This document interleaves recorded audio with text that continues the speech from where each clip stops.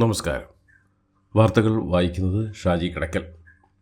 ബംഗ്ലാദേശ് മുൻ പ്രധാനമന്ത്രി ഷെയ്ഖ് ഹസീനയ്ക്ക് വധശിക്ഷ വിധിച്ച് ബംഗ്ലാദേശിലെ അന്താരാഷ്ട്ര കുറ്റകൃത്യ ട്രിബ്യൂണൽ. ബംഗ്ലാദേശിൽ കഴിഞ്ഞ വർഷം അരങ്ങേറിയ സർക്കാർ വിരുദ്ധ കലാപം അടിച്ചമർത്തിയ കേസിലാണ് നടപടി.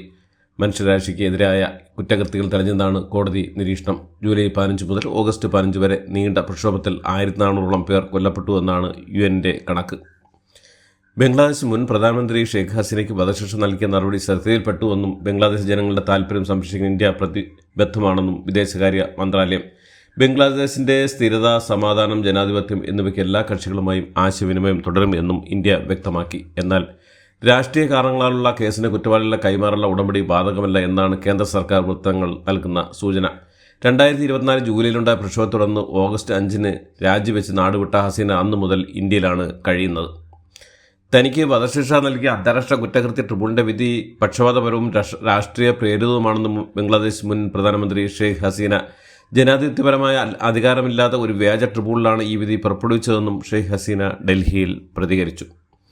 ബംഗ്ലാദേശ് മുൻ പ്രധാനമന്ത്രി ഷെയ്ഖ് ഹസീനയും മുൻ ആഭ്യന്തരമന്ത്രി അബ്ദുൽ സമാൻ ഖാൻ കമാലിനെയും ഇന്ത്യ ഉടൻ കൈമാറണമെന്ന് ബംഗ്ലാദേശ് ഇന്ത്യയും തമ്മിലുള്ള ഉഭയകക്ഷി കൈമാറ്റ കരാർ പ്രകാരം 2 കുറ്റവാളികളെയും കൈമാറണമെന്നും ബംഗ്ലാദേശ് വിദേശകാര്യ മന്ത്രാലയം അറിയിച്ചു. മനുഷ്യരാശിക്കെതിരായ കുറ്റകൃത്യങ്ങൾക്ക് ശിക്ഷിക്കപ്പെട്ട വ്യക്തികൾക്ക് അഭയം നൽകുന്ന സൗഹൃദപരമല്ലാത്ത പ്രവൃത്തിയും നീതിയോടുള്ള അവഗണനയുമായി കണക്കാക്കുമെന്നും ഇന്നോ നാളെയോ രേഖാമൂലം ഇന്ത്യയുടെ ആവശ്യം ഉന്നയിക്കുമെന്നും ബംഗ്ലാദേശ് വിദേശകാര്യ വക്താവ് വ്യക്തമാക്കി. തിരുവനന്തപുരം കോർപ്പറേഷനിലെ കോൺഗ്രസ് സ്ഥാനാർത്ഥി വൈഷ്ണവ് സുരേഷിന്റെ പേര് വോട്ടർ പട്ടികയിൽ നിന്ന് നീക്കിയതിൽ ഇടപെട്ട് ഹൈക്കോടതി. വിഷയത്തിൽ വൈഷ്ണവ് നൽകിയ അപ്പീൽ 19 ജില്ലാ കളക്ടർ തീരുമാനമെടുക്കണമെന്ന് ജസ്റ്റിസ് PV കുഞ്ഞികൃഷ്ണൻ നിർദ്ദേശിച്ചു.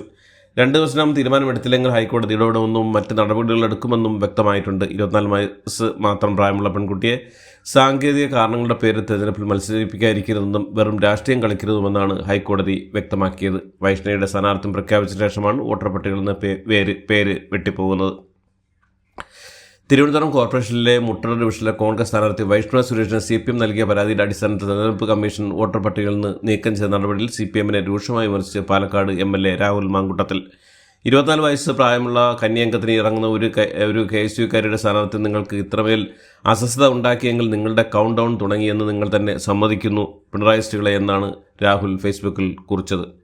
കോഴിക്കോട് കോർപ്പറേഷൻ തെരഞ്ഞെടുപ്പിൽ UDFന്റെ മേയർ സ്ഥാനാർത്ഥിയും സംവിധാനമായ VM വിനുവിന് വോട്ടില്ല. പുതിയ പട്ടികയിലാണ് VM വിനുവിന് വോട്ടില്ലെന്ന വിവരം ശ്രദ്ധയിൽപ്പെടുന്നത്. 45 വർഷമായി വോട്ട് ചെയ്യുന്ന ആളാണെന്നും ജനാധിപത്യ രാജ്യത്ത് ജീവിക്കാൻ തനിക്ക് വോട്ടവകാശം നിഷേധിക്കാൻ ആർക്കാണ് അവകാശമെന്നും കോഴിക്കോട് കോർപ്പറേഷൻ UDF മേയർ സ്ഥാനാർത്ഥി